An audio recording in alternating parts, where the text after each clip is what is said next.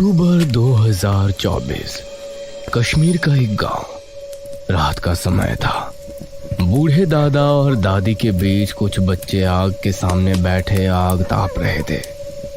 दादाजी हमें कोई कहानी सुनाइए ना। ये सुनकर दादा ने बच्चों की तरफ देखा।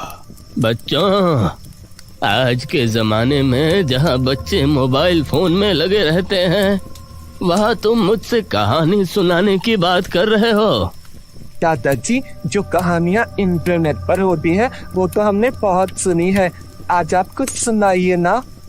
ये सुनकर दादा ने कुछ सोचा और फिर कहानी सुनाना शुरू किया। कमलेश और गोमती दोनों की शादी को कुछ ही दिन गुजरे थे, लेकिन उनके बीच कुछ भी अच्छा नहीं चल रहा था। उनके बीच बहुत लड़ाई झगड़े हुआ करते थे और उस रात कमलेश गोमती को उसके मायके छोड़ने जा रहा था।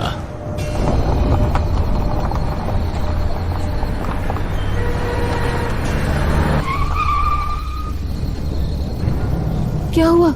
अब क्या तुमसे ये गाड़ी भी नहीं चलाई जा रही? बकवास मत करो, मुझे टॉयलेट आया है। उसने गाड़ी को बंद किया और बाहर निकल झाड़ियों में चला गया। गोमती गाड़ी में बैठी बैठी बड़बड़ा रही थी। बेवकूफ आदमी, पीछे होटल से होकर आ रहे हैं, वहाँ टॉयलेट नहीं कर सकता था? कुछ ही देर में कमलेश वापस आया और उसने गाड़ी में बैठ स्टार्ट करने के लिए चाबी घुमाई। अरे, ये स्टार्ट क्यों नहीं हो रही है? लगता है ठंड की वजह से इंजन ठंडा हो गया है। गोमती यह सुनकर और ज्यादा गुस्सा हो गई। कमलेश ने देखा कि कुछ ही दूरी पर घर है और वो गोमती को लेकर वहां पहुंचा।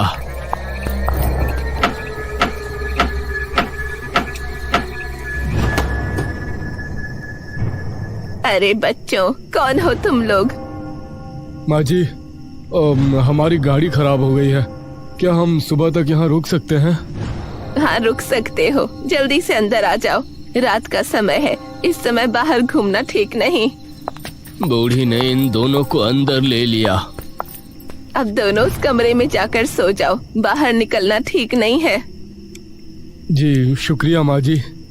ये दोनों कमरे में चले गए, लेकिन वहाँ भी ज्यादा देर तक ये शांत नहीं रह पाए। ये सब तुम्हारी वजह से हुआ है, अगर तुम सुसु करने नहीं रुकते ना तो गाड़ी भी ठंडी नहीं पड़ती। कमलेश ने भी उसे जवाब दिया और दोनों में बहस बढ़ गई। बूढ़ी तब तक सो गई थी। कमलेश उसी समय घर से निकल गया।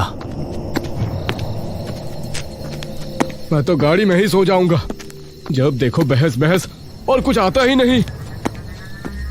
वो बड़बड़ाते हुए आगे बढ़ रहा था, तभी उसने देखा कि सामने से एक लड़की बल खाती कमर लहराए चली आ रही है। जैसे जैसे वो करीब आती तो उसका खूबसूरत आकर्षण कमलेश को साफ होता नजर आ रहा था। लाल साड़ी जो नीचे जमीन तक मिली हुई थी, गोरा बदन, लंबे लहराते बाल।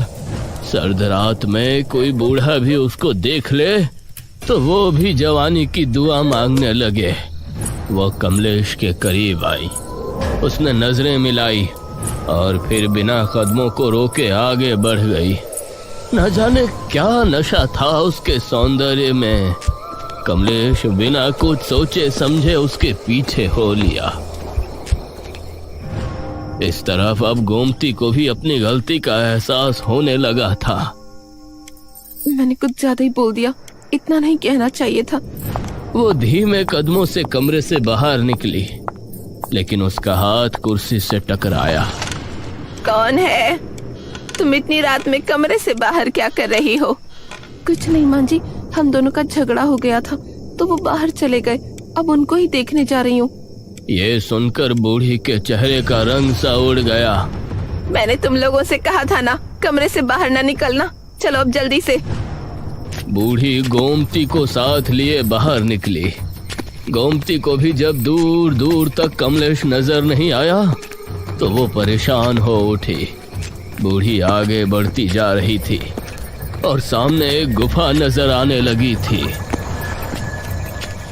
अम्मा जी, कमलेश मिल तो जाएंगे ना, वो नजर क्यों नहीं आ रहे?